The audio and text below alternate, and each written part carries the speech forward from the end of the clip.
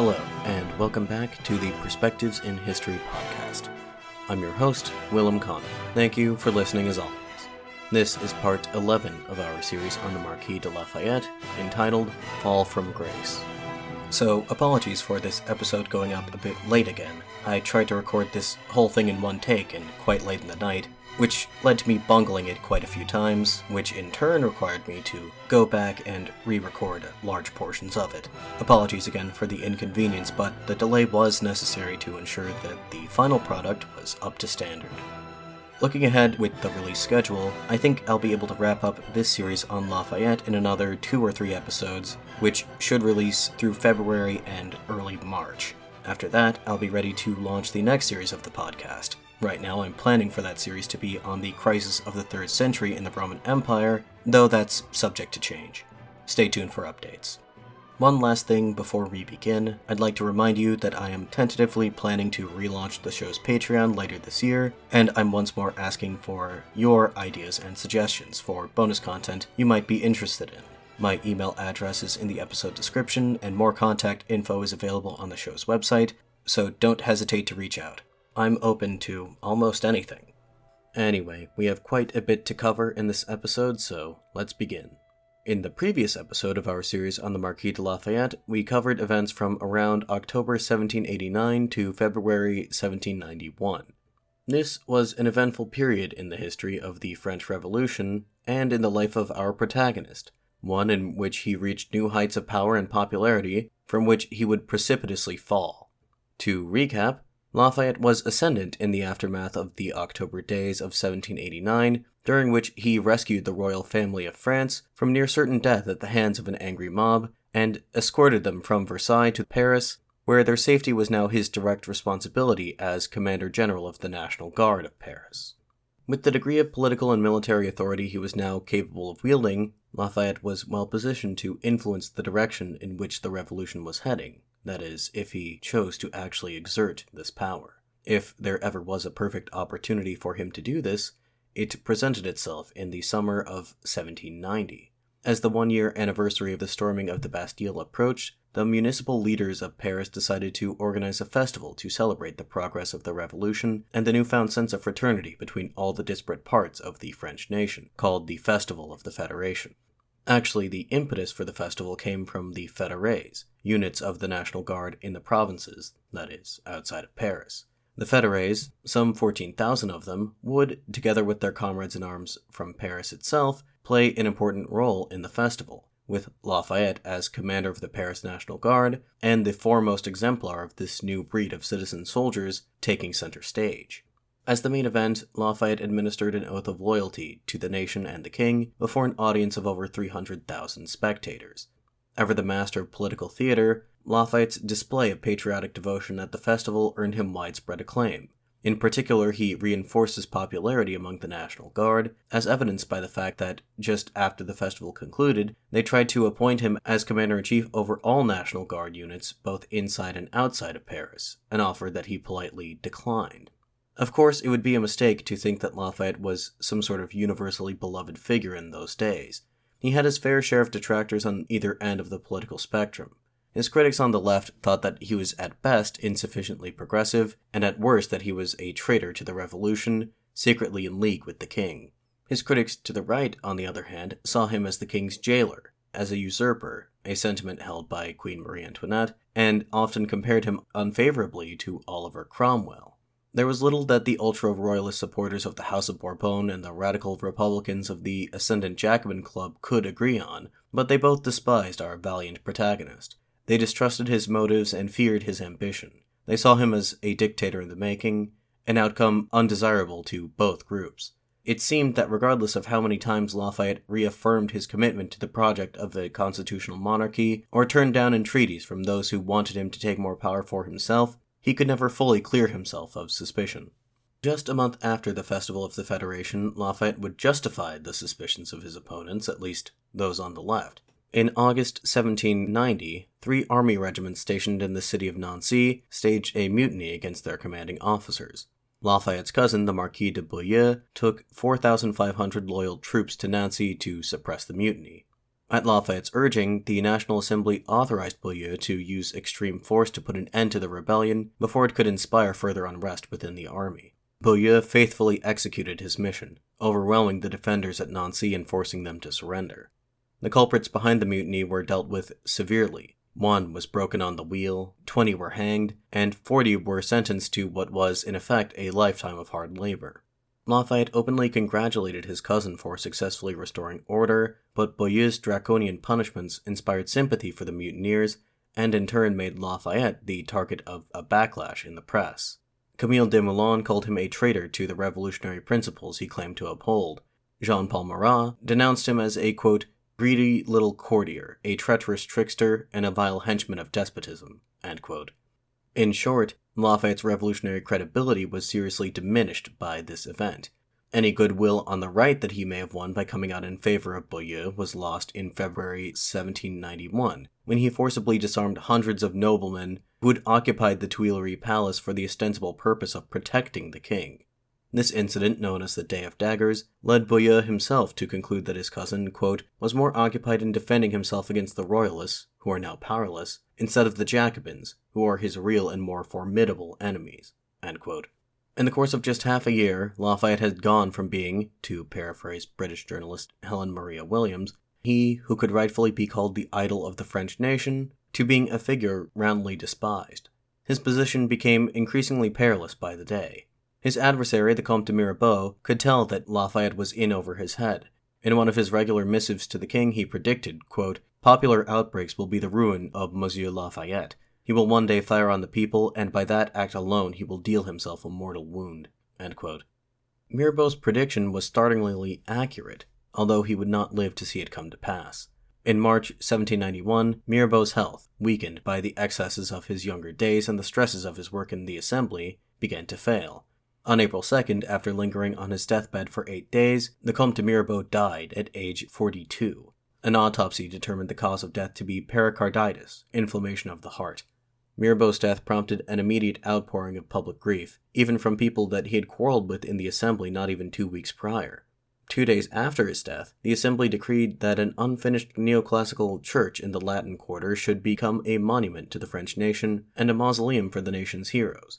Mirabeau's funeral was held that same day, April 4th, and culminated with him being the first person to be buried in this temple of the nation, now called the Pantheon. Mirabeau's last words, as reported in the press, were, quote, I carry in my heart the death dirge of the monarchy. The factions will prey upon its remains, end quote. Although technically his last words were a request to his physician for opium, but this was thought to be insufficiently dignified. Mirabeau's secret correspondence with the king would not be uncovered for another 2 years after his death, after which his remains would be unceremoniously disinterred from the Pantheon and reburied in an unmarked grave. Considering his final testament in this light, it's clear that Mirabeau knew that he was the only one of the king's advisors who might have persuaded him to maintain a moderate course between capitulation to the revolution and actively trying to destroy it. With him gone, there was no voice of reason that might dissuade him from doing something drastic, like, say, for instance, trying to escape Paris. People had speculated about Louis's intentions to flee the country from the time that his younger brother, the Comte d'Artois, led the first wave of émigrés out of France after the storming of the Bastille. Practically everyone in his inner circle, including his wife, had been begging him to leave. His political opponents, unconvinced that his many affirmations of the revolution were sincere, scrutinized his every move, just in case he tried to make a run for it. The fear was that, should he manage to escape, Louis would attempt to extinguish the revolution and reassert his divine authority by force of arms.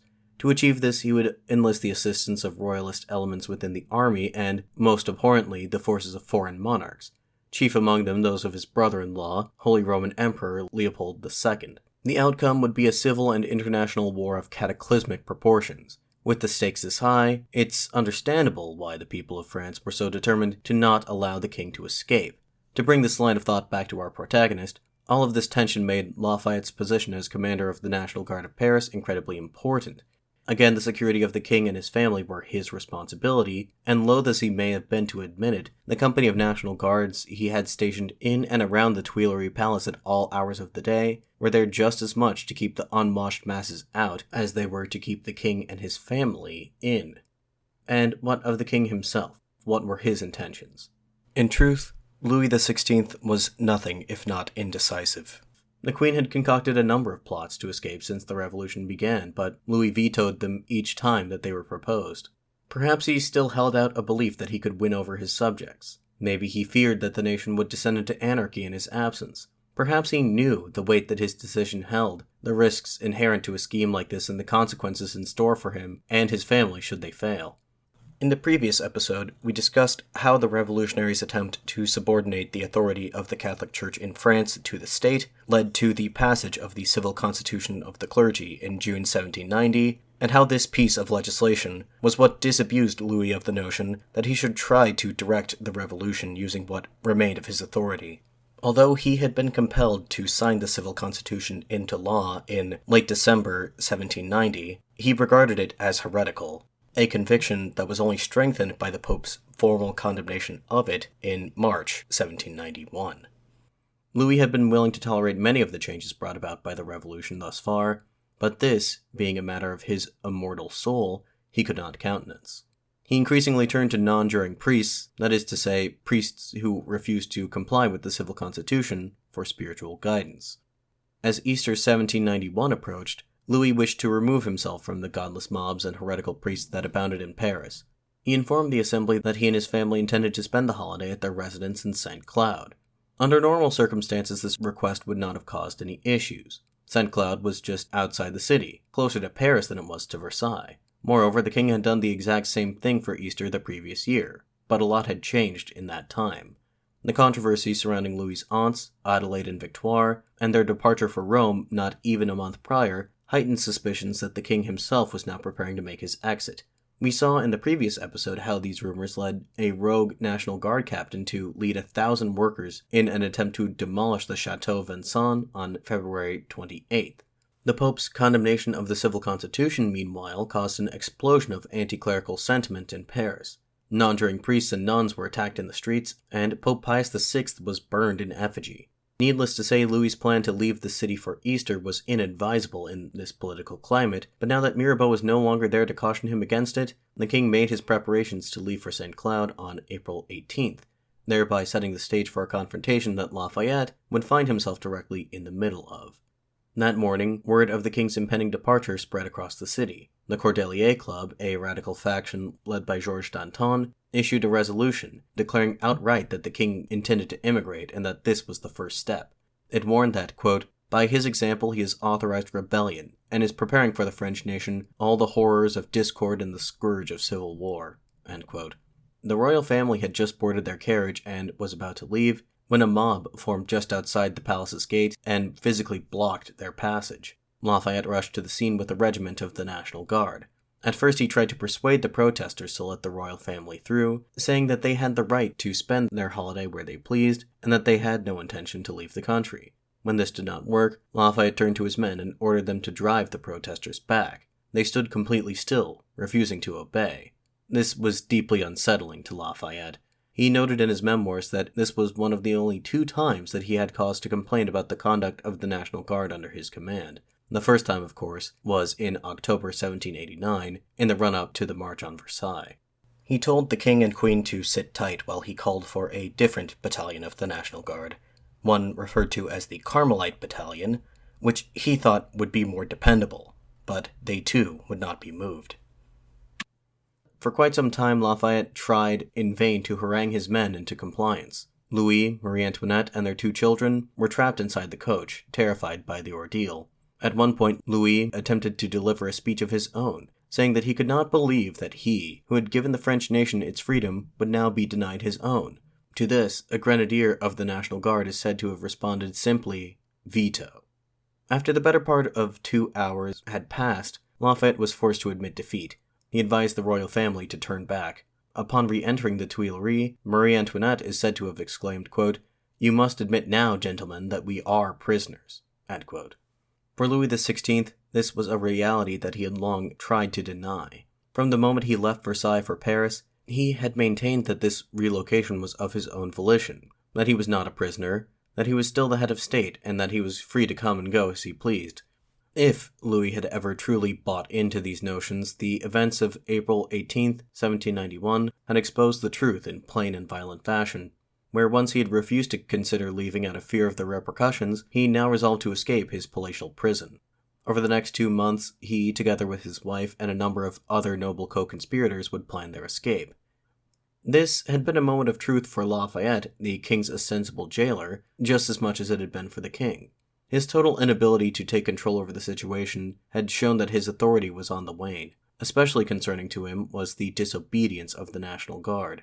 A sympathetic editorial published in a Parisian newspaper suggested the general take his leave from public affairs now, while he could still do so with what little remained of his dignity intact. Quote, Monsieur Lafayette is treading the path of 2 abysses. Sooner or later he will be the victim of one party or the other. Retirement alone can save him. This solution may not be the most heroic, but it is the safest. End quote. Whether or not he read this particular article, Lafayette handed in his resignation letter that same day. Similar to what had happened when he tried to resign his command in June of 1789, the municipal leaders of Paris and officers of the National Guard implored him to reconsider. For the next 3 days, these men arrived at the doorstep of his home on the Rue de Bourbon in droves, pleading with the general to resume his post. His wife, Adrienne, received them cordially, saying that while she admired their sentiment, there was simply nothing that she could do to change his mind. Behind closed doors, however, Adrienne was ecstatic. Her husband's tenure as Commander-General of the National Guard of Paris had been unimaginably stressful for her. Practically every day for the past 2 years, Lafayette had ridden off into the city to confront some danger or other in the line of duty, and each time he did so, he left his wife behind to worry that this day was the day that he would meet his demise. Their daughter Virginie reported that Adrienne, quote, was overflowing with joy at the thought of my father's returning to private life, end quote. Her joy would ultimately prove to be short-lived. The attempts to persuade Lafayette to withdraw his resignation were persistent. After initially refusing to answer their pleas, he did finally issue a response at a meeting of the Paris Commune on April 22nd.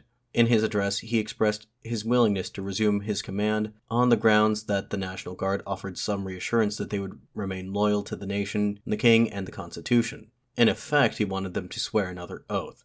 An excerpt from his speech, quote, But, gentlemen, when I saw such touching proof of your affection, too much was done for me and not enough for the law.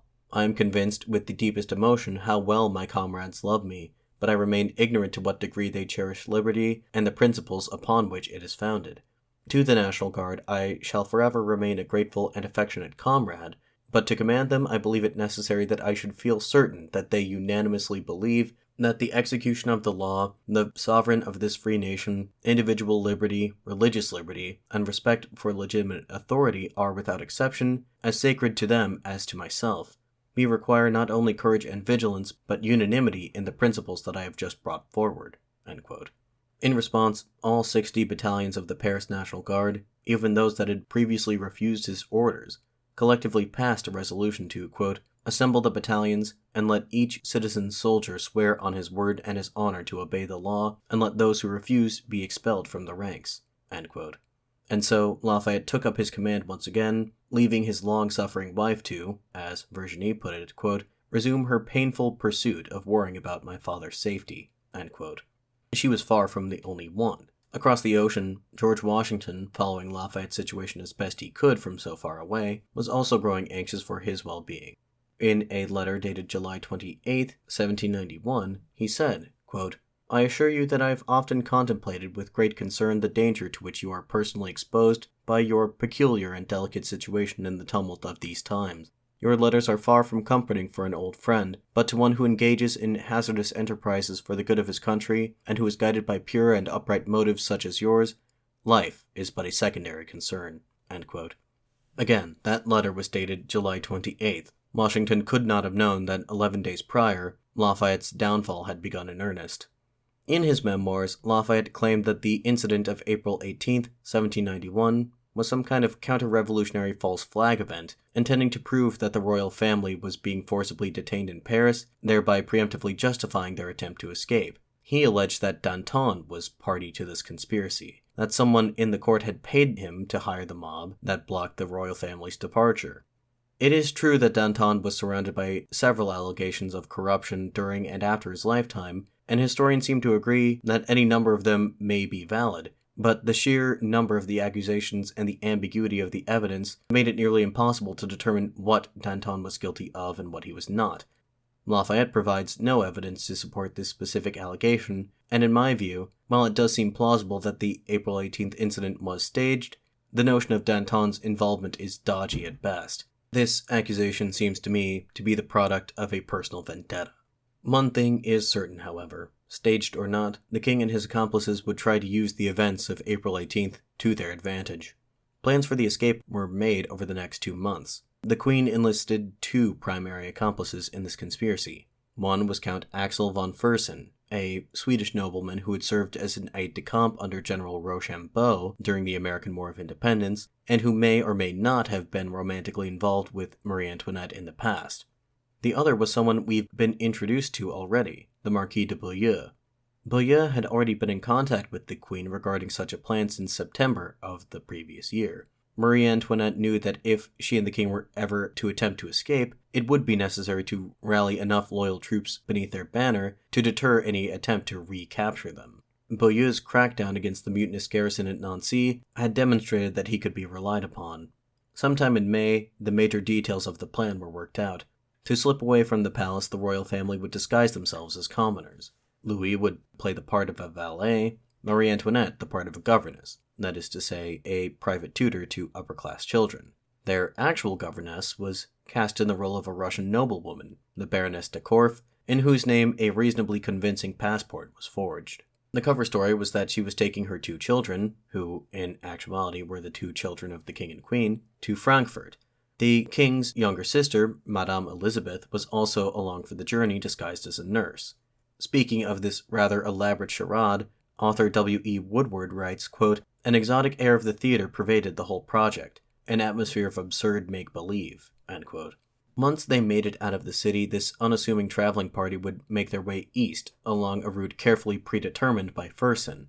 Their destination was Montmedy, a small fortress town located less than 5 miles from the border with what is today Belgium, but was then the Austrian Netherlands, a fiefdom belonging to Marie Antoinette's brother Leopold II. At Montmedy, Beaulieu had, over time, amassed an army of 10,000 men who he believed were loyal to the king. There is quite a bit of ambiguity as to what the conspirators intended to do once the king joined Beaulieu and his army. A direct assault on Paris was out of the question, since Beaulieu's forces were dwarfed in numbers by the National Guard. The town's proximity to the border suggests that they expected to receive support from Austria. Beaulieu, for his part, wanted to avoid relying on the assistance of foreign powers if at all possible, since this decision could damage the king's legitimacy. If the manifesto drafted by the king prior to his flight is to be taken at face value, it would appear that Louis expected his action would show the people the error of their ways, and they themselves would demand the restoration of the king's powers, forcing the National Assembly to submit without a fight. This was all wishful thinking at best. In the end, the failure of the plot rendered all these questions regarding what Louis intended to be irrelevant. There's one more matter that we should discuss before moving on to the event itself, and that is the question of Lafayette's involvement in the plot. It is, I think, a reasonable question to ask for 2 main reasons. 1, he had the means and opportunity to abet the king's escape, and 2, his cousin, the Marquis de Beaulieu, was one of the primary conspirators, and was in regular contact with Lafayette until March 1791. To the second point, Beaulieu had intentionally kept Lafayette in the dark regarding the escape plan. In his letters to the king and other conspirators, he had stated that he believed that his cousin was a Jacobin sympathizer whose fealty to the crown could not be relied upon. In one specific letter written to the Comte de la Marque in February 1791, Beaulieu claimed that any ties between himself and Lafayette were more imagined than real, that he thoroughly distrusted him, and that he took him to be, quote, "an enthusiast and a madman drunk with self-importance, whose depths cannot be known or sounded, the most dangerous kind of man in a revolution." End quote. As for the first point, Lafayette may have had the means and the opportunity to aid in the king's escape, but certainly not the motive. I think it's best to let the events speak for themselves here, but I will say that whether the plan was successful or not, Lafayette would be put in a difficult situation regardless.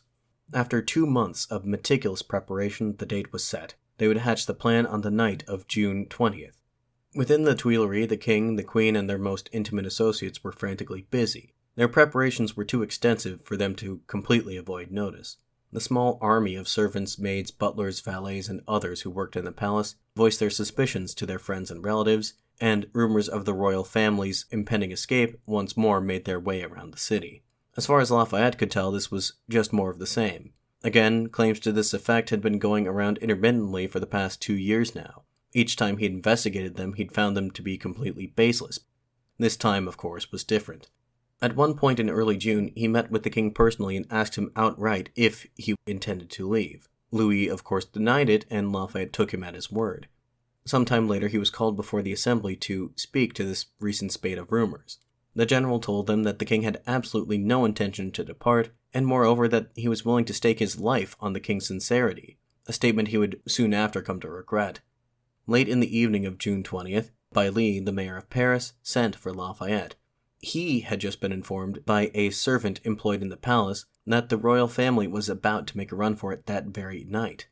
Again, this was a fairly regular occurrence by that point, and although neither of them truly thought that there was any veracity to these claims, they were obliged to take them seriously. At around 11 p.m., Lafayette and Bailly went to the Tuileries on the pretext of having some matter or other to discuss with the king. As their carriage passed through the gates, they briefly crossed paths with Marie Antoinette, already wearing her commoner's disguise. Terrified that they might recognize her and realize that something was amiss, she quickly turned her face against a wall. The palace grounds were bustling with servants and guards changing shifts at that moment, so neither Lafayette nor Bailly thought anything of the encounter.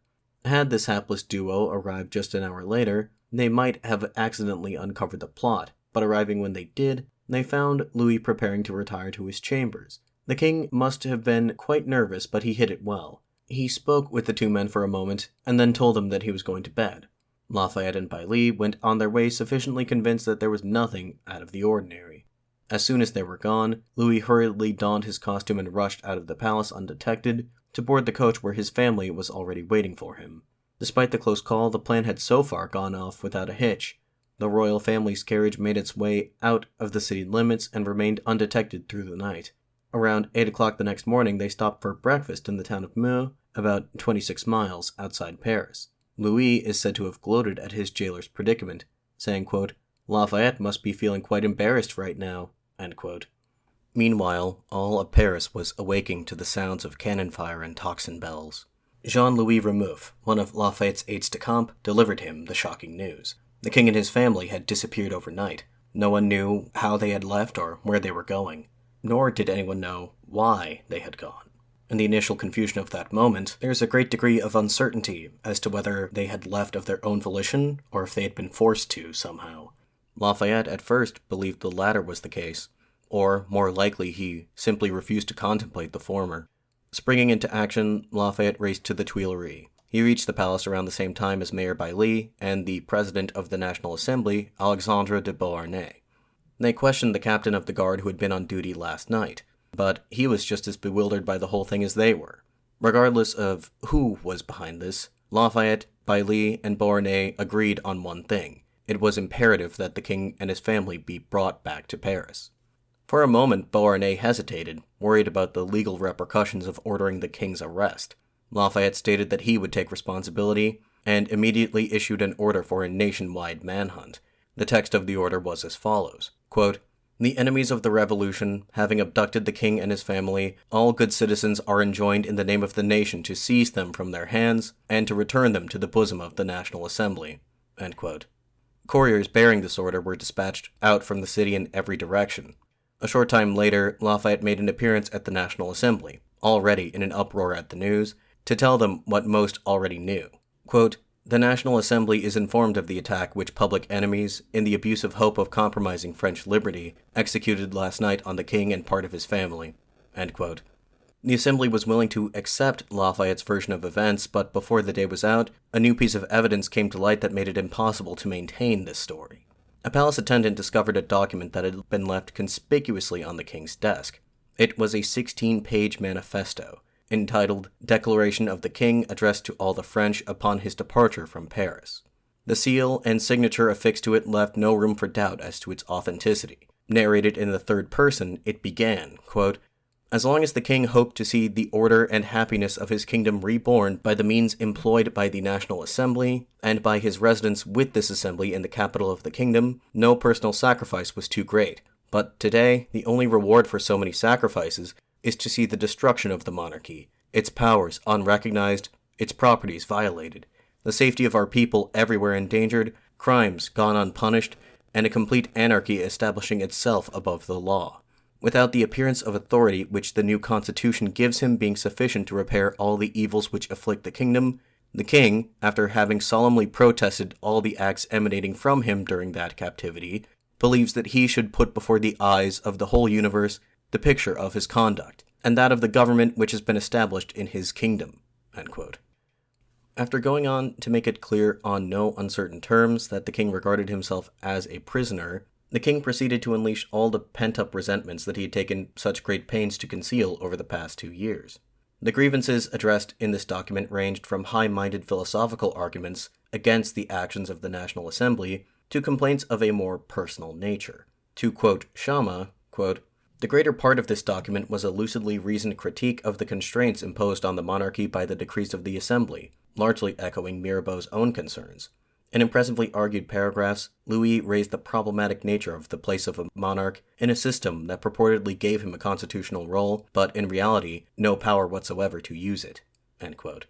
Unfortunately for Louis, his well-articulated arguments in the first half of this manifesto would be completely overshadowed by the content of the second. Here he bemoaned every threat and insult he'd endured, stopping just short of stating that every pronouncement he'd made of his devotion to the people and the revolution had been made under duress. He complained of the restrictions placed on the budget of the royal household, as 25 million livres a year was, quote, "not enough to maintain the splendor of the house, which it must maintain to honor the dignity of France." End quote. He complained about the state of the Tuileries Palace at the time of his relocation, saying, quote, "It did not afford the comforts to which His Majesty has been accustomed in all the other royal properties, and which every individual of means is able to enjoy." End quote. Most pertinent to our narrative, Louis also complained about the way the Festival of the Federation had been organized, accusing Lafayette and all but name of intentionally upstaging him. After detailing these and so many other grievances, the declaration concluded with a plea to the people of France to, quote, "beware the lies and deceptions of your false friends, and return to your king, for he will always be your father, your best friend." End quote. When this document was read into the record at the Assembly, it caused the entire meeting hall to erupt with rage.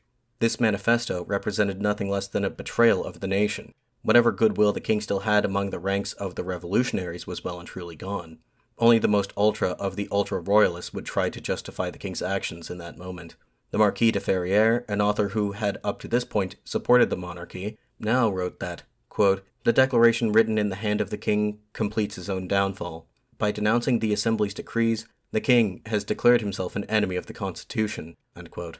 In the absence of the king, Lafayette, as the individual most responsible for keeping him in Paris, became the target of much vitriol. He was attacked relentlessly in the revolutionary press. An editorial published in the newspaper La Révolution de Paris asserted that the king could have only escaped due either to Lafayette's incompetence or his complicity. Quote, "The general of an army of 30,000 men who lets an entire family escape, warned 8 days in advance of the plot, is a criminal or an imbecile." End quote. Lafayette's nemesis, Georges Danton, denounced him in similar terms before the National Assembly on June 21st. Quote, "And you, Monsieur Lafayette, you who recently guaranteed the person of the king in this very assembly on pain of losing your head, are you here to pay your debt? You swore that the king would not leave. Either you've sold out your country, or you are stupid for having made a promise to a person whom you could not trust." End quote. In this speech, the text of which was also published in La Révolution de Paris, Danton went even further, issuing a broader critique of the general, and calling on him to step down for the good of the nation. Quote, "Even in the most favorable circumstances you have shown yourself incapable of leading us. I want to believe that you are only guilty of honest errors, but if it is true that the liberty of this nation depends on one man, it deserves to be enslaved. Your power weighs heavily on all 83 departments. Your reputation flies from one pole to the other. Do you really wish to be great? Become a simple citizen again, and stop trying to help the French people." End quote. Jean-Paul Marat, also reminding his readership of Lafayette's unfortunately worded promise to the Assembly, issued a more direct threat in his own publication.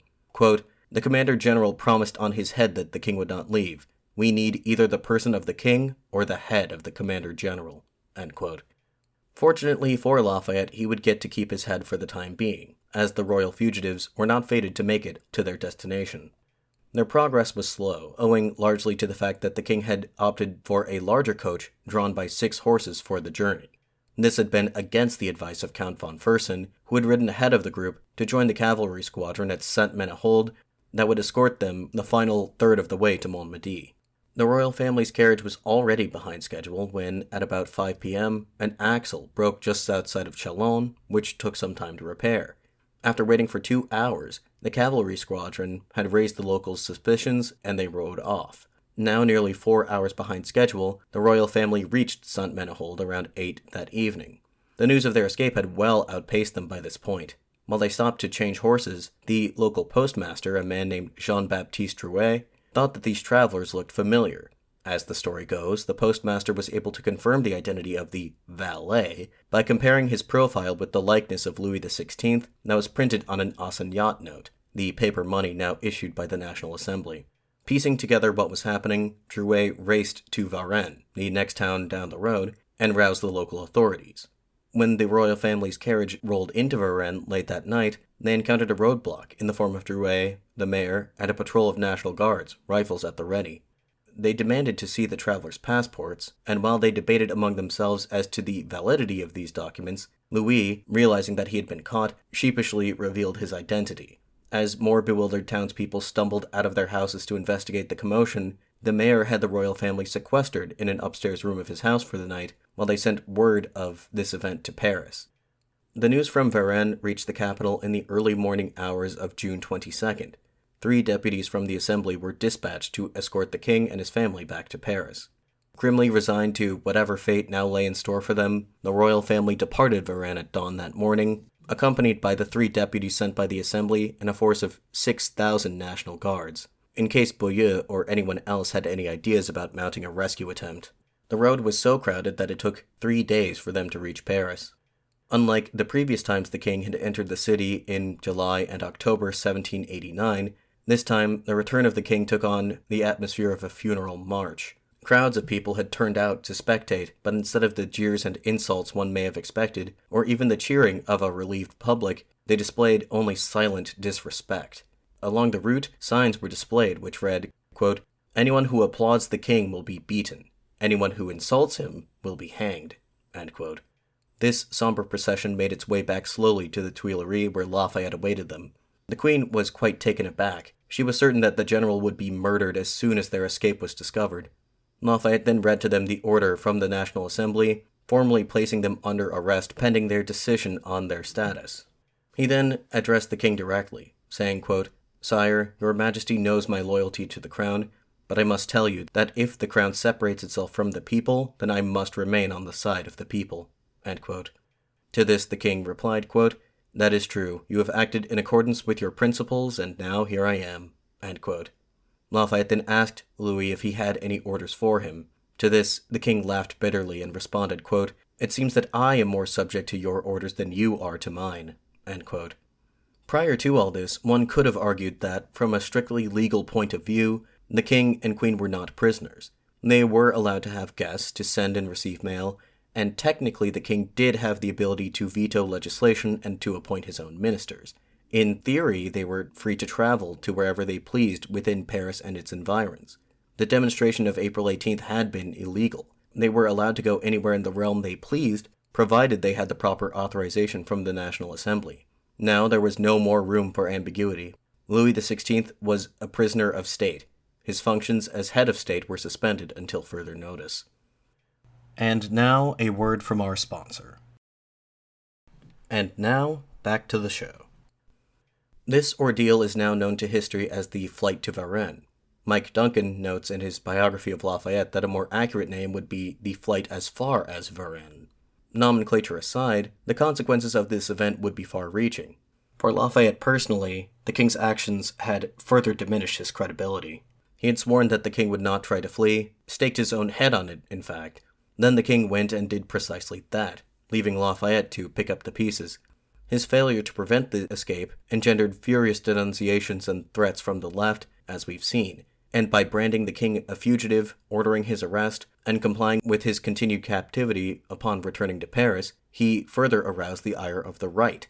The Marquis de Fuye, who fled across the border into Luxembourg as soon as he heard of the king's arrest, issued a furious statement threatening wrathful vengeance against the people of Paris and singling out his cousin by name, accusing him in the following terms. Quote, "He stands at the head of a party that hopes to replace the monarchy with a republic. His secret ambition drives him toward the only goal that he has, the establishment of a government that would be monstrous for us." End quote. This wasn't true, strictly speaking. Lafayette was no Republican, nor were the majority of the French at that juncture. While it is true that the flight to Varennes fatally undermined the legitimacy of the monarchy, and would eventually lead republicanism from the fringes into the mainstream of acceptable political thought, this shift did not occur overnight. There were still a great many to whom the notion of abolishing the monarchy outright was unconscionable. But if France was to remain a monarchy for the time being, what was to be done? In the aftermath of the flight, the National Assembly struggled to reach a consensus in this regard. In his memoirs, Lafayette listed a few of the proposals being made at the time and explained why each was in turn rejected. Some suggested giving the throne to the Duc d'Orléans, recently returned from exile and now styling himself as Philippe Égalité, or in plain English, Philip Equality. But Mr. Equality was simply too divisive of a figure. Very few saw his brand of liberal monarchism as a viable alternative. Others proposed deposing Louis in favor of his 6-year-old son, thereby establishing some sort of regency. Lafayette claimed that this idea was rejected because it was improper and, quote, imparted to the Dauphin a bad lesson of morality, end quote. Ultimately, the Assembly was hesitant to take any course of action that involved deposing Louis XVI, out of fear that this would cause further instability and lead to a war with Austria. With no alternative solution forthcoming then, the Assembly tried to restore the status quo. A sham commission was established to investigate the events of June 20th. Its conclusions were that the king and his family actually were kidnapped by unspecified enemies of the state, and that the declaration allegedly authored by the king was in fact a forgery. Of course, no one actually believed this, least of all the citizens of Paris.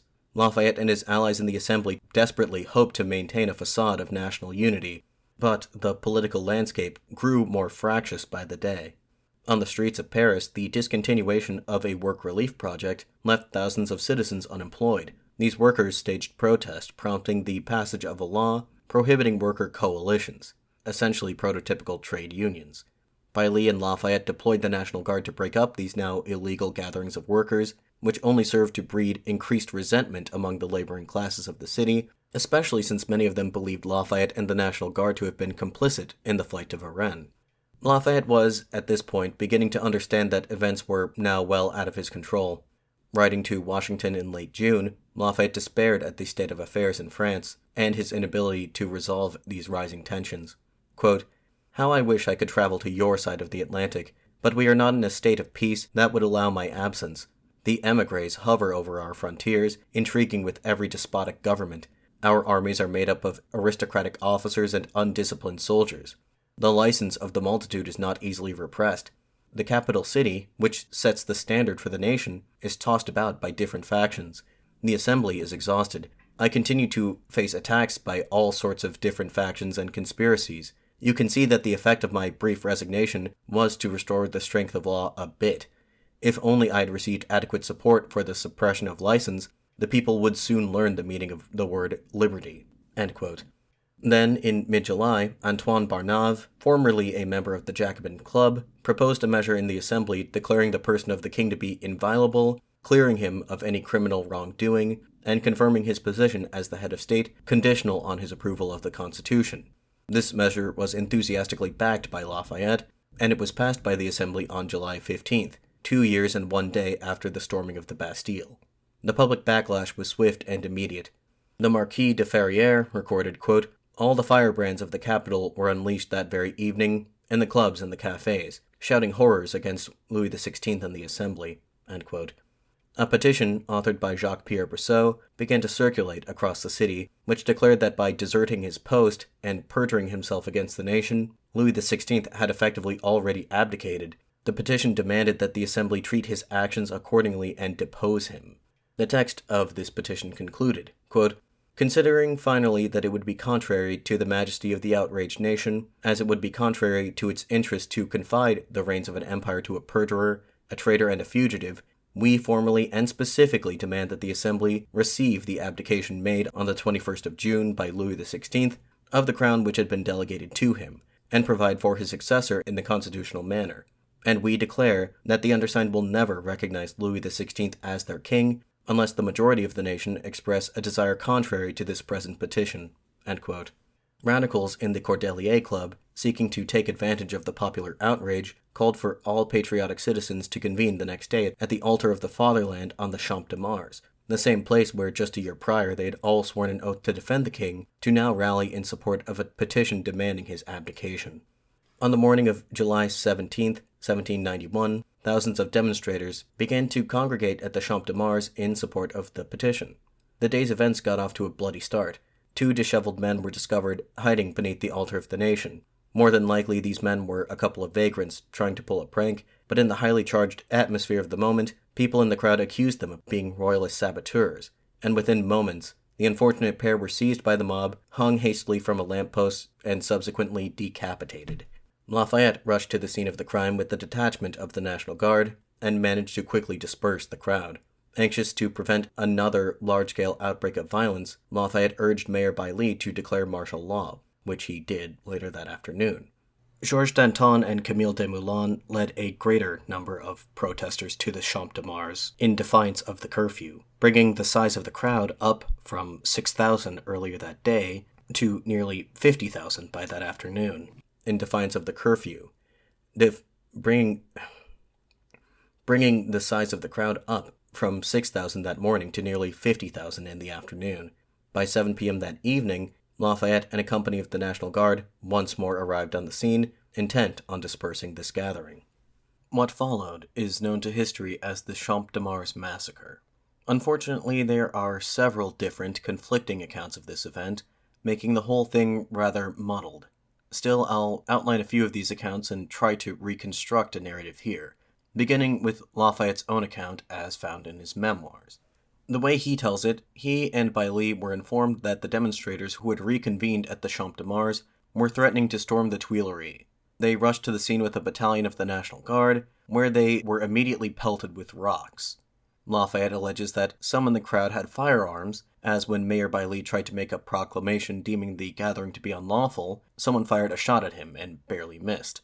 The National Guard fired a volley into the air as a warning, which only served to agitate the protesters further, prompting them to throw more rocks, which killed 2 and wounded several others. Then, as he phrased it, quote, "the National Guard fired in earnest," end quote, killing an indeterminate number of people. The remaining protesters were sent running in all directions, pursued by cavalry. Again, I must re-emphasize that Lafayette's account was only one of several. Practically every part of the story is disputed. Whether the demonstration was peaceful or disorderly, if the protesters had been given a chance to disperse of their own free will, who shot first and for what reason, and so on. The most contentious questions surrounding this event pertain to whether Lafayette gave the order to open fire and the number of people killed. In his memoirs, Lafayette writes regarding the death toll only that, quote, "the ensuing loss on the part of the assailants has been grossly exaggerated," end quote. Contemporary sources hostile to Lafayette reported 100 or more deaths at the Champ de Mars.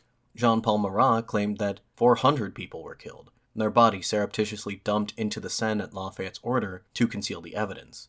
Bailly's report to the National Assembly, which Lafayette reprinted in his memoir, claims that 11 or 12 were killed, while survivors attest that the death toll was closer to 50.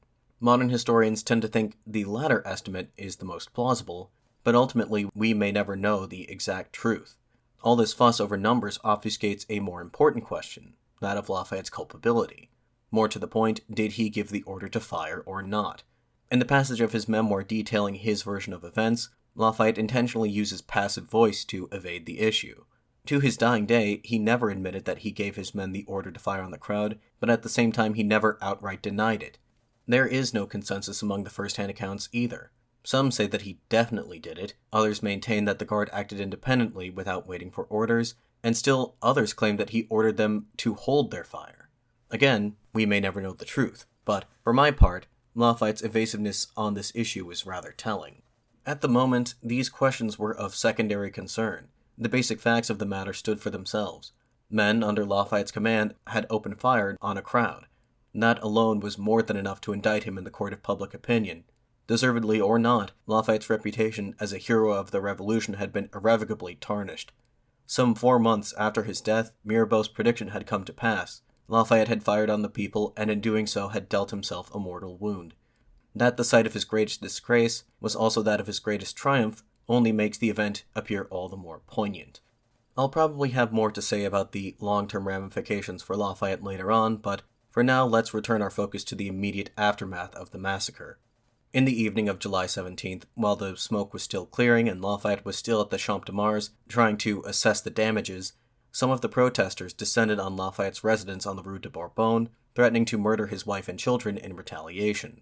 Adrienne knew that her husband was out responding to some sort of protest, but she had no way of knowing what actually had transpired. According to their daughter Virginie, 9 years old at the time, her mother, hearing shouts of the mob outside her house, felt relieved that these people were no longer at the Champ de Mars. Her recollection continues, quote, "She embraced us, weeping for joy, and, in this pressing moment, took the necessary precautions with great calm and so much relief. She doubled the guard and ordered them into the courtyard to battle the mob at the front of the house. Some of the rioters were already climbing over the garden wall onto the side of the house, when, fortunately, a cavalry troop happened by and dispersed them. It is impossible to describe my mother's anxiety for my father while he remained at the Champ de Mars, exposed to this furious multitude." End quote. Meanwhile, not too far away at the meeting place of the Jacobin Club on the Rue Saint-Honoré, news of that day's events incited a panic. They were certain that the counter-revolution had begun and that at any moment Lafayette's men would kick down the door and start dragging them away. Danton made a run for it and didn't stop until he got to England. Most of the club's other principal leaders, Desmoulins, Brissot, and Marat, went into hiding. Even Robespierre, who was not involved in the demonstration and had publicly argued against it, was forced to lay low for a few months. Lafayette and Bailly did try to pin the blame for the Champ de Mars massacre on the left, and under that pretext initiated a crackdown against them in the following weeks. Some 200 people, affiliated either with the Jacobins or the Cordeliers, were arrested for disturbing public order. Several radical publications were banned, including La Révolution de Paris, which published a sensationalized account of the massacre the following day. The article had a decidedly religious undertone, casting Lafayette's actions as sacrilege against the nation. It began, quote, "Blood has just flowed on the field of the Federation, staining the altar of the fatherland. Men and women have had their throats slashed, and the citizens are appalled. What shall become of liberty? Some say that it has been destroyed, that counter-revolution has won." End quote. To Lafayette, if the tumultuous events of the summer of 1791 had proven anything, it was that a constitution had to be implemented as quickly as possible, if there was to be any hope of restoring political stability. He expressed this conviction in an address he made to the National Assembly on August 5th. Quote, "For a long time, gentlemen, the wishes of the people have called for that constitutional act which, formed in consequence of our present scale of knowledge, appears to no longer allow for any delay, but on the contrary urges us to settle instantly. This assembly doubtless conceives that it is time for us to grant all authorities energy and unity of action, that the nation may have mutual confidence renewed." End quote. He was not the only one who thought this way. In the run-up to and immediately following the massacre at the Champ de Mars, a split occurred in the Jacobin Club. It should be remembered that, although today the name Jacobin is synonymous with far-left extremism, in the earliest phase of the club's existence, it was what political scientists today would call a Big Tent party, comprised of individuals who varied greatly in their beliefs and who often had disagreements with each other. Mirabeau was technically a member of the club until his death, as was Lafayette, though he had already started to distance himself from it as its members radicalized. In July 1791, the club's more moderate members, Lafayette included, left to form their own political club, the Fuye Club. Their name, like that of the Jacobins, was derived from the former monastery where they held their meetings, although their official name was the Society of the Friends of the Constitution. Immediately, the newly formed Fuye were able to dominate the proceedings of the assembly. The Rump Jacobin Club was left with only 100 or so members after the split, and the wave of repression after July 17th even further diminished their influence. The Royalists were also in no place to pose any meaningful challenge after the flight to Varennes. Most of the Royalists in the assembly either resigned or threw in their lot with the Feuillants. Thus unimpeded, the Feuillants worked feverishly through August and into September to finish the Constitution. Thanks to the relative calm in Paris, Lafayette was able to devote his attention to this process as well, as a deputy of the Assembly. On September 3rd, a draft of the Constitution was completed and put before the king for his approval. After 10 days of negotiation between the king and the Assembly, Louis signed the document, and thus the Constitution of 1791 was born. I don't intend to delve into the intricacies of this document for a few reasons. For one, if we were to analyze it completely, we'd be here all day. Secondly, the Constitution of 1791 would be replaced within just 2 years, and the specific shortcomings of the Constitution are not terribly relevant to our protagonist here, nor were the circumstances that led directly to its obsolescence. In fact, Lafayette was preparing to make his exit from the political stage entirely, or so he believed. As we know, he had been expressing his wish to do this more or less since the beginning of the Revolution. The reason he had remained politically active throughout this entire time was because he thought it was irresponsible of him to give up while the revolution was still in progress. In his conception, the ratification of the Constitution marked the end of the revolution, and it was not too terribly naive of him to think this way. In fact, everyone, save for the most extreme ideologues on either side, shared this belief. Case in point, on September 30th, the National Assembly voted unanimously to dissolve itself. If you'll recall from episode 7, the National Assembly was founded by the Tennis Court Oath, when the deputies of the Third Estate and their sympathizers vowed to continue meeting until they had created a constitution for France. 2 years and 3 months later, that purpose had been fulfilled. A new body of elected representatives, called the Legislative Assembly, took its place the next day. Lafayette hoped that this would be the beginning of a new era for the French nation, that a renewed France would prosper under the constitutional monarchy he had strived for so long to create, and that some semblance of order would ultimately prevail. Now, unlike with the Assembly, nothing leads me to believe that Lafayette was actually obligated to resign his post at this time. I think his decision was motivated in part by his recognition that he was a spent force, politically speaking. He'd originally been appointed as commander of the National Guard of Paris because he was widely respected by the populace.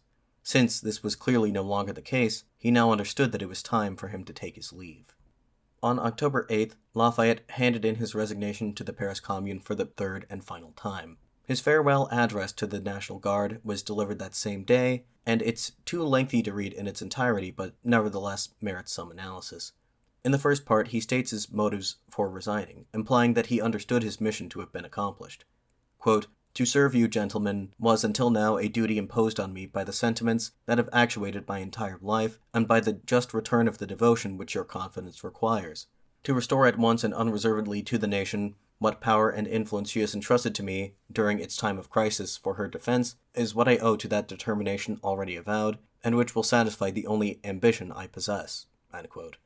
He then proceeded to elaborate on the notion that the process of the revolution had been completed. Quote, "Thus the days of revolution give way to those of systemic organization, to those of liberty, and the prosperity which it secures. Thus the violence of our internal troubles is lulled. And, in view of the public happiness, the menace of its enemies must seem to be all the more absurd, as regardless of whatever conspiracies may be formed against the rights of the people, there is no free soul who can conceive the thought of compromising any of his rights. Liberty and equality, now firmly rooted in both hemispheres, will never retrograde." End quote. Here was Lafayette's characteristic sense of optimism yet again, still not fully snuffed out even after all he'd been through.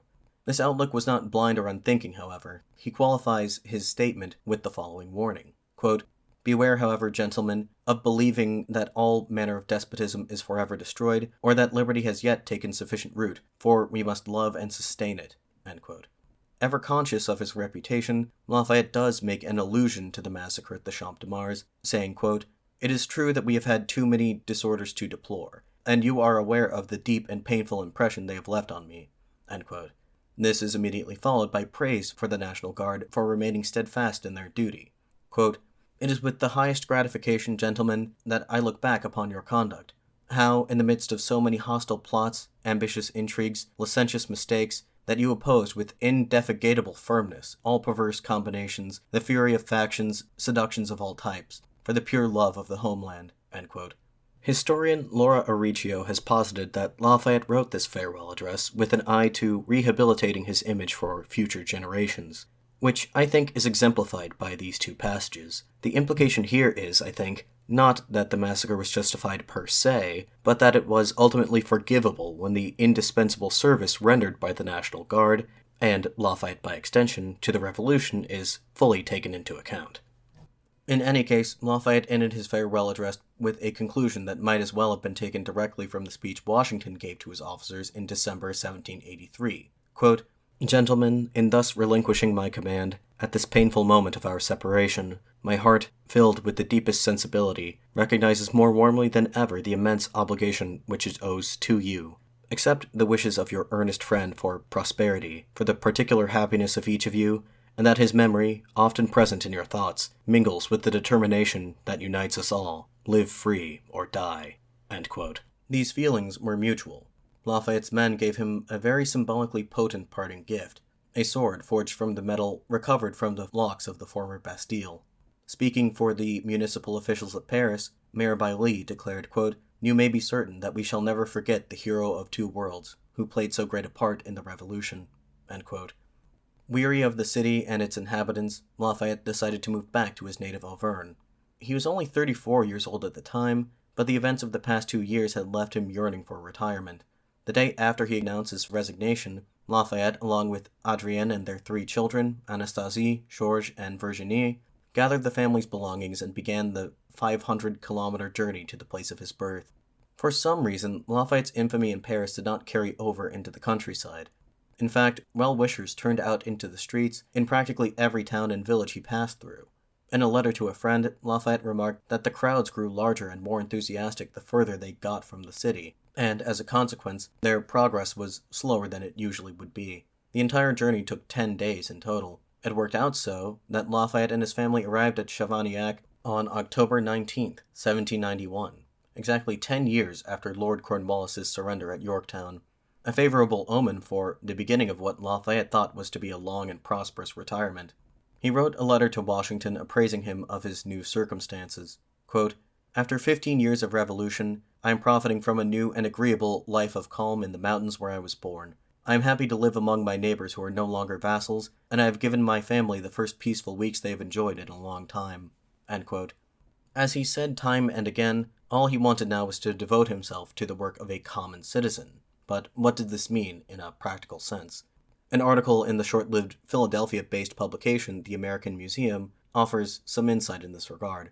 Quote, "Taking the Cincinnatus of America, read Washington, for his model, he has retired to the Auvergne, where he means, by his own example, to promote a higher cultivation of the soil and to teach the people a more comfortable scheme of rural life. Here he proposes to sit under his own vine, in the freedom which he has so largely contributed to establish, and from which he will not depart, unless to defend it from the violence of hostile attack."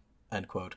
In Episode 6, we discussed how George Washington ascribed a great deal of importance to agricultural improvement as a means of reducing rural poverty and ensuring internal stability. He discussed this topic at length with Lafayette during his visit to the United States, and now Lafayette, having taken the idea to heart, sought to transform his ancestral estate at Chavagnac into a model farm using the latest developments in the burgeoning field of agricultural science, thereby setting an example for other cultivators of the region to follow. To realize this dream of his, Lafayette hired a professional agronomist from England, as well as a local architect, to renovate the medieval chateau. Shortly after his arrival at Chavagnac, the departmental assembly in Clermont-Ferrand offered Lafayette a position in the local administration. He rejected the offer.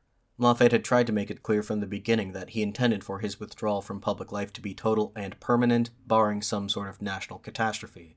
Nonetheless, his friends and enemies alike expected him to attempt a comeback at any moment. In early November, the Marquis de Ferrières, the liberal nobleman I've quoted from a few times this episode, reported to his wife from Paris, quote, "Here all the parties agitate.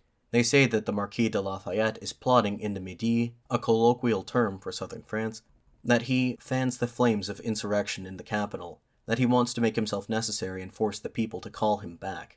End quote. On the 12th of that month, Bailly resigned as mayor of Paris, and a special election was called to replace him. Lafayette's remaining friends in the city administration urged him to enter the race against the Jacobin-favored candidate, Jérôme Pétion de Villeneuve. He once again declined, but that did not stop them from putting his name on the ballot anyway. Predictably, Lafayette lost the election by a wide margin, but this made no difference to him. People closer to him were able to recognize that Lafayette's intention to leave politics for good was sincere. His sister-in-law, Pauline, who visited the estate at some point toward the end of the year, wrote to her father, the Duc d'Ayen, regarding Lafayette, quote, "What will surprise you is the kind of life that he intends to live in retirement. Not one secretary has been brought with him to the country. Cows, sheep, and donkeys will provide him his sole occupation. Those occupations in which he has been involved in the past 27 months have well and truly exhausted him." End quote. Lafayette claimed to be content with his new life, simple though it was. He wrote in another letter to Washington, quote, "I rejoice in this total change. Those who think I have come here to foment revolution are fools. I have as much pleasure in rest as I ever did during the Revolution. I am left with but one role to play, that of a farmer." End quote. Of course, no one was more pleased with this new state of affairs than Adrienne. In early December, she wrote to a friend, quote, "We live here in a world of profound peace. Monsieur Lafayette revels in its delights as though he had never known a more active existence. His land, his house, his family, and his writings of a few letters now fill his life entirely." End quote. Adrienne included a small caveat at the end of this letter, writing, quote, "Only war against the émigrés could tear him away now, and I hope nothing of that sort will ever happen." End quote. Unfortunately for both her and her husband, something of that sort was about to happen, and sooner than they expected. To properly explain this impending war against the émigrés, we'll have to backtrack a bit, and I'll do my best to not get entangled in the details. As you no doubt know by now, members of the first two estates had been leaving the country from the moment the revolution began. At first, their departure was tolerated by the revolutionaries, even encouraged to an extent. This was because they assumed, firstly, that these émigrés could do less harm outside of France than inside it, and secondly, that people were not immigrating in sufficient enough numbers to pose any serious threat. Neither of these assumptions held true after the flight to Varennes. The rate of immigration dramatically increased as thousands more priests and nobles fled the country to escape persecution. Among the stream of émigrés who left during this time were a few figures that we've already become familiar with in our narrative. The elder of the king's two brothers, the Comte de Provence, Lafayette's father-in-law, the Duc d'Ayen, and his reviled cousin, the Marquis de Beaulieu. In his memoirs, Beaulieu described the exodus that began in the latter half of 1791 in the following terms, quote, "Emigration, which had been small until then, became almost general among the members of the first order of the state. The roads in France were covered with men, women, and children who feared being buried beneath the ruins of the crumbling monarchy." End quote. Not every émigré got involved with counter-revolutionary activities once they had managed to escape the country. Quite a few wanted to simply leave the country and have nothing more to do with any of this. Those types mainly ended up in places like Britain, Switzerland, or America. Those with the ability and the will to take up arms against the revolutionary government, on the other hand, rallied beneath the royal banner at Koblenz, a city which sits on the confluence of the Rhine and Moselle rivers. It was at Koblenz that the king's youngest brother, the Comte d'Artois, had established a government in exile, and was in the process of amassing an army of émigrés. This army still did not pose much of a threat on its own. It numbered no greater than 4,000 or 5,000 men, most of whom were officers with minimal combat experience. The émigrés were entirely reliant on foreign powers, but therein lay the problem. Koblenz was in the territory of the Electorate of Trier, a principality of the Holy Roman Empire, which meant, to oversimplify things a bit, that it was under the suzerainty of Emperor Leopold II, who was, of course, Marie Antoinette's brother and Louis's brother-in-law. Leopold and his predecessor Joseph had tolerated the activities of Artois and his fellow émigrés, but had ignored their entreaties to stage a military intervention against the revolutionary government in Paris. That is, until the flight to Varennes heightened concerns about the personal safety of the king and his family. In August 1791, Leopold met with King Frederick William II of Prussia at Pillnitz in Saxony. These two sovereigns, whose realms had historically been at odds with each other, agreed to set aside their differences for the time being so they could address the France problem.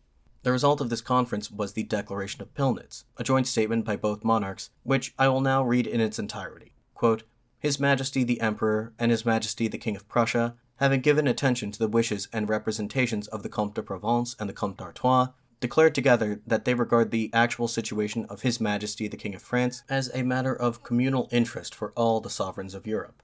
They hope that that interest will be recognized by the powers whose assistance is called in and that they will not refuse, together with the aforementioned majesties, the most efficacious means for enabling the French king to strengthen, in utmost liberty, the foundations of a monarchical government suiting to the rights of sovereigns and favorable to the well-being of the French. In that case, aforementioned majesties are determined to act promptly and unanimously, with the forces necessary for realizing the proposed and communal goal. In expectation, they will give suitable orders to their troops that they will be ready to commence activity." End quote. The declaration was short and vaguely worded, and despite its somewhat bellicose tone, neither the Austrians nor Prussians actually wanted to go to war against the most populous country in Europe. They hoped the threat of war would be sufficient to force the French radicals to back down, but in reality it had the exact opposite effect. The threat to France's national sovereignty provoked widespread outrage, galvanized the French public for war, and led the Assembly to enact harsh measures against the émigrés.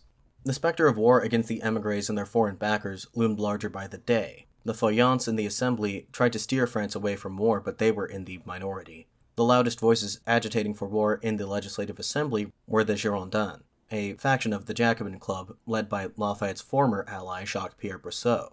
The reasons of Brissot and the Girondins for their advocacy of war with the émigrés were many. Firstly, there was the domestic side of things. The Girondins believed that the current disunity of the nation would cease to exist in the event of war, as the external threat would force all factions within French politics to collaborate with one another to defeat it. Secondly, it seems that they believed the émigrés were indeed an existential threat to the revolution and desired to make the first move, to crush them before they themselves could be crushed. But moreover, the Girondins believed in the universality of their revolutionary ideals. They believed that France's victory in a war with the other European powers would enable them to export the revolution abroad. In taking France down the path to war, the Girondins found a rather unusually willing collaborator, Louis XVI. Of course, the king's rationale was diametrically opposed to that of the Girondins. Whereas the Girondins were confident that France would emerge victorious in a theoretical war, Louis XVI was similarly confident that France would be decisively defeated, and that this defeat would lead to the restoration of his powers. Although the course of history would demonstrate the king's folly in choosing to cooperate with the Girondins in this matter, he had good reason to believe that events would, in fact, play out to his benefit. The officer corps of the French army had, until very recently, been disproportionately composed of men of the noble class. Over the past 2 years, and especially in the last 6 months, approximately 1/3 of all army officers had emigrated abroad, with many more likely to follow suit. With this deficit of experienced leadership, surely France's armies would not stand a chance against the enemy. On December 14th, the Legislative Assembly formally petitioned the king to issue an ultimatum to the electorate of Trier to cease harboring enemies of the French state or face war. Louis, with all this in mind, was more than happy to oblige. A few days later, the king ordered the formation of 3 field armies consisting of 50,000 men each. The Comte de Rochambeau, hero of the Battle of Yorktown, was appointed to lead one of these armies. Another was entrusted to the command of General Nicholas Luckner, a German-born officer and staunch supporter of the Revolution. Lafayette was called back from retirement to lead the third of these armies. The Minister of War, the Comte de Narbonne, was the one responsible for this decision. He too was in favor of war with Austria, though his reasons were different from both the Girondins and the king. A constitutional monarchist like Lafayette, he hoped to see the king's authority restored, and thought that war was the best way to go about achieving this, as it may allow Louis, as commander-in-chief of the French military, to concentrate greater power for himself. As for Louis, who approved of Lafayette's appointment, he relished the idea of Lafayette's imminent defeat. The decision was also satisfactory to Lafayette's opponents on the left, who still feared that he plotted to return to Parisian politics, and saw his appointment to the army as a convenient way to keep him away from the capital. All told, Lafayette's supposedly permanent retirement lasted only for about 3 months. That said, if he was at all reluctant to take his post, he did not betray these feelings in the slightest. The events of the past 2 years had evidently not done much to diminish his sense of duty to his king and to his nation. He could not refuse the call to arms. He summarized his thoughts on this matter in a letter written later from the front lines. Quote, "As I have already made clear, the French nation is my only party, and my friends and I are at the disposal of anyone who will act for the best, defend liberty and equality, uphold the Constitution, and reject everything that may tend to give it over to the aristocrats. When the will of the nation, expressed by the elected representatives of the people and by the king, shall declare that war is inevitable, I shall do everything in my power to bring it to a successful conclusion." End quote. And so, on Christmas Day, 1791, Lafayette bade farewell to his wife and children. Unbeknownst to any of them, that would be the last time they would see each other for a long, long time. And on that ominous note, I'll have to conclude the narrative for now. Next time, we will follow Lafayette as he rides off to take command of the Army of the Center in what surely was the fatherland's darkest hour. Would he lead the armies of France to victory just as he had done in America, or would the obstacles in his way prove impossible to surmount? You'll have to tune in again in 2 weeks to find out. In the meantime, please feel free to direct any and all questions, comments, or concerns to my email, perspectivesinhistorypod@gmail.com. You can also contact me via Twitter or Facebook, as well as through the show's website. Links to all of these will be in the episode description. Like I said at the top of the show, I'm still looking for listener ideas for bonus content when I relaunch the show's Patreon page later this year, so please don't hesitate to reach out. You can also help the show by rating and reviewing it on Spotify or whichever podcast listening platform you prefer, or by purchasing some used books from me on eBay. The link will be in the description as well. Anyway, that should about do it for now. This has been the Perspectives in History podcast. Thank you very much for listening as always. I'm your host, Willem Connor, signing off.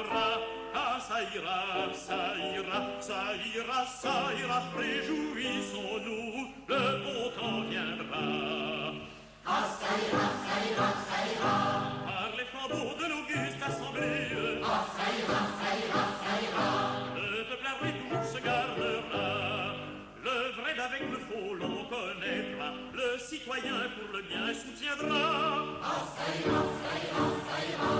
Quand l'aristocrate protestera, le bon citoyen au début ira, sans avoir à le troubler.